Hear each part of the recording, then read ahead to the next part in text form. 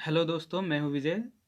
और हर बार की तरह एक बार फिर मैं आया हूँ आदिवासी से संबंधित कुछ टॉपिक्स लेकर। आज का टॉपिक है हमारा संविधान अनुसूचित जनजाति आदेश 1950।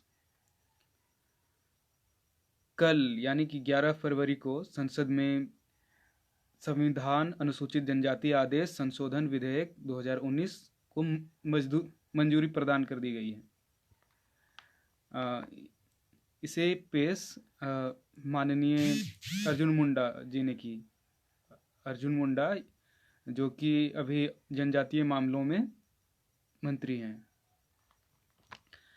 इस विधेयक का उद्देश्य है जिसमें कर्नाटक सरकार के सिफारिश के आधार पर कुछ समुदायों को जो कि कर्नाटक में रहती है उन्हें अनुसूचित जनजाति का दर्जा दिया जाएगा या शामिल किया जाएगा।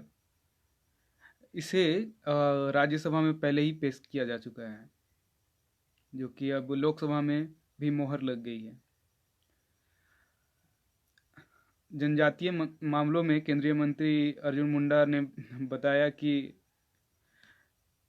कुछ समुदायों में खास करके पर्यायवाची शब्द जुड़े होने के कारण उन्हें जनजातीय में जो विशेषाधिकार मिले हैं उनसे कुछ लोग वंचित रह जाते हैं। कर्नाटक में जो समुदाय हैं जिनको ये अनुसूचित जनजाति का दर्जा मिलना है यानी एसटी का दर्जा मिलना है, वो है नायक समुदाय।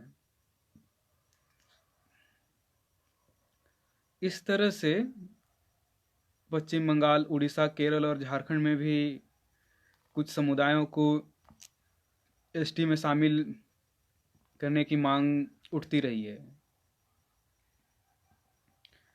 जैसे और महाराष्ट्र में भी धंगर एक समुदाय है जिनको एसटी में शामिल होने की मांग उठती रही है, जो काफ़ी सालों से लंबित हैं।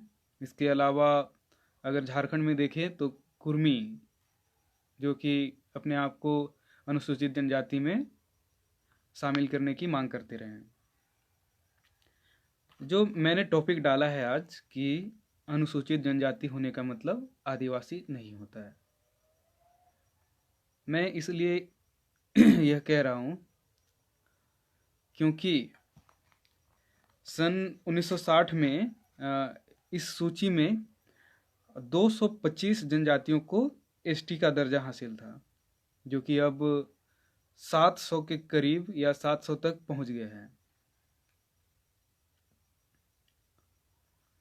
पहले समझिए कि आदिवासी का मतलब क्या होता है। आदिवासी होने का मतलब, आदिवासी कहने का मतलब है किसी भी देश में जहाँ की फर्स्ट नेशन जिसे कहा जाता है, जो लोग पहली बार वहाँ पे आए उस देश में, जिन्होंने वहाँ पे रचा बसा, वो फर्स्ट नेशन कहलाएं। वे वहाँ के आदिवासी जो वहीं पे रहते आए हैं। उसके बाद में कई लोग बाहर से आए, वो लोग बसना शुरू किए, वे लोग फर्स्ट नेशन नहीं कहलाए, जो आदिवासी नहीं कहे जाते हैं। आदिवासी होने का अनुसूचित जनजाति होने से कोई मतलब नहीं है। आज अगर देखेंगे जो यहाँ पे झारखंड के जो आदिवासी हैं जो असम में रह रहे हैं, वे लोग एसटी होने का दर्जा का मांग कर रहे हैं। वहाँ पर उनको एसटी का दर्जा मिला नहीं है, तो क्या वे लोग आदिवासी नहीं हैं? हैं, वे लोग आदिवासी हैं। लेकिन तो इन्हीं के बारे में हम बात करेंगे। तो हम लोग सबसे पहले जानते हैं कि संविधान अनुसूचित जनजाति आदेश 1950 है क्या। ये जो है आदेश, ये आदेश एक संवैधानिक दर्जा प्राप्त कराने के लिए है, जो अनुसूचित जनजातियों को जनजाति उस सूची में डाला जाता है इस संशोधन के द्वारा। इन संशोधन के जरिए जो अनुसूचित जनजाति या जिसे हम लोग एसटी कहते हैं उससे हटाया भी जा सकता है इस आदेश के द्वारा। और ये अनुच्छेद 342 में है, आप पढ़ सकते हैं उसे। और इसे अनुच्छेद 366(25) के आधार पर बनाया गया है। और अनुसूचित जनजाति होने के लिए कई क्राइटेरिया भी हैं। वे क्राइटेरिया हैं, सबसे पहले तो है कि आदिम गुण होने चाहिए। आदिम गुण कहने का मतलब कि वे लोग पुराने सोच के एकदम हों, अंधविश्वास में मानते हों, पिछड़े हों, विशिष्ट संस्कृति होनी चाहिए और भौगोलिक रूप से अलग दिखने चाहिए, वो शहरी टाइप में नहीं, पहनावा ओढ़ावा जो है।